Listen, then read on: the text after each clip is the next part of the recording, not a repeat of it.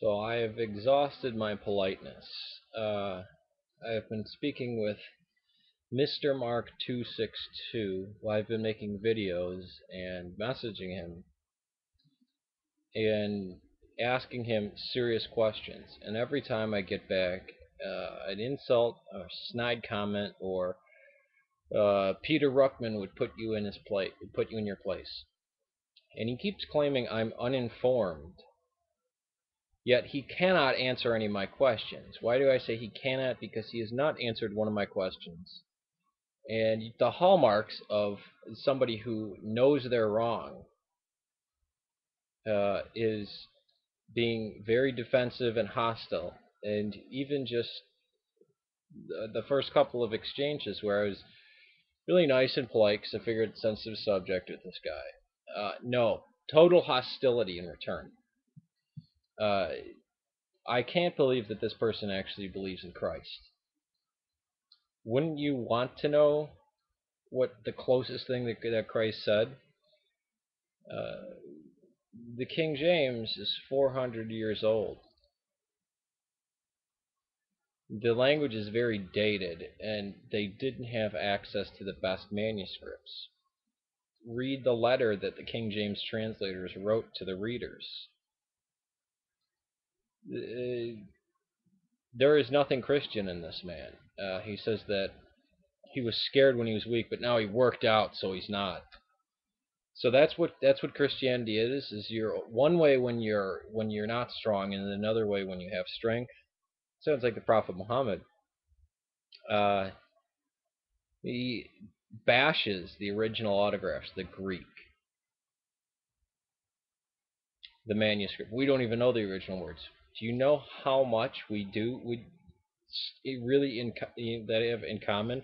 So you're willing to admit that the King James is a corrupted source, but since it's a widely spread corrupted source, well then that makes it, oh, do we have to hold on to this as if anything changes in the new translations? What are the differences? What makes it bad? Can't answer. What makes the NIV so horrible and detestable? Now I don't like the NIV. What makes it so? Nope, can't answer. Just snide comments like a 16-year-old girl and hostility.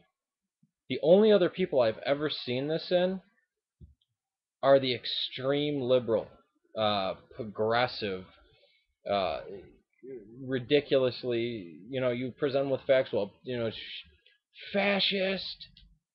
All this time it's, oh, wash your hair and shave your beard. Jesus didn't have a beard.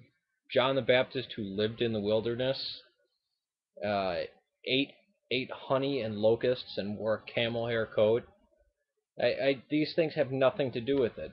Not to mention the fact I do wash my hair. The thing that sucks is I'm actually going to go into a job interview, so I'm going to have to shave my face.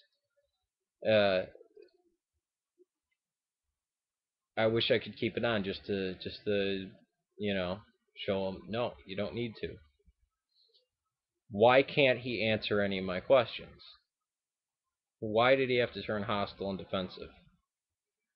I think this is a hallmark of King James onlyists. They don't love Christ. They love their Bible, their idol. It's idolatry. Basically anything can be turned to an idol, and theirs is the KJV. It's idolatrous. If they looked back at the original manuscripts, they might say, "Oh wow, King James translators of 400 years ago really didn't have a good grasp of those languages. They weren't native speakers. They didn't really know what a lot of the words meant." And the translators admit that.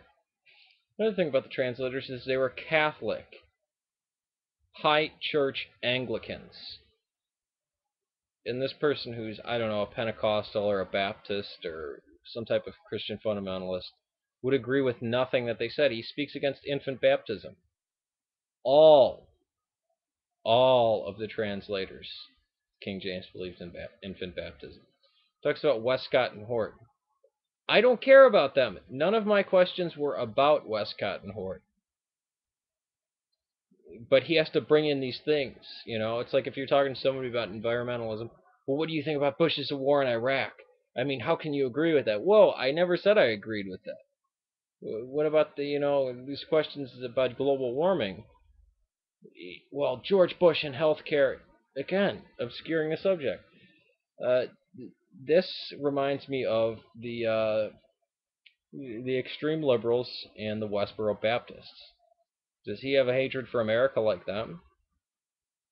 He's already shown that he doesn't agree with the free exchange of ideas. He can't compete in the marketplace of ideas, and he'll only listen to one side. I always go to both sides. I find people who absolutely disagree, even if I totally agree with a subject. I want to go and find out what the other side says. Because when you find out what the other side says, you know a lot more about your own topic, your own subject of interest. This person can't do that.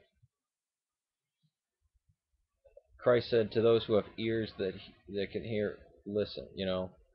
Those who have ears to hear, hear. This person, he might have them, but he shut them and he won't listen.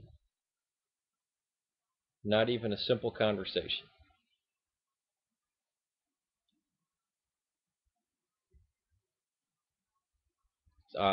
Only listening to people who only have ideas in him.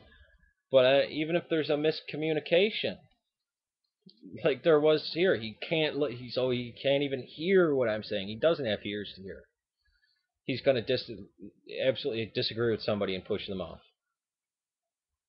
This is how you remain stupid, not ignorant, because that's just not knowing, wanting to not to know. He reads Gail Riplinger. What about the fact that her book is full of lies? No, it's not. Hey guys, no, it's not. Uh, yes, it is. It's been shown time and time again that Gail Riplinger is a liar. That's why she'll never come on TV. She'll never debate people. She says that God gives her all this divine algebra and divine acrostics and all this stuff.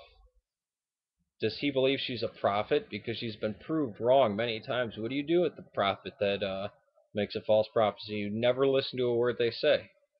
He's listening to a false prophet.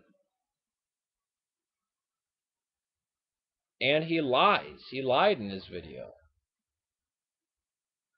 It's silly. So he's a liar. He's a follower of a false prophet. He's hostile. And he's a slanderer. Is this a Christian? Is this Christianity?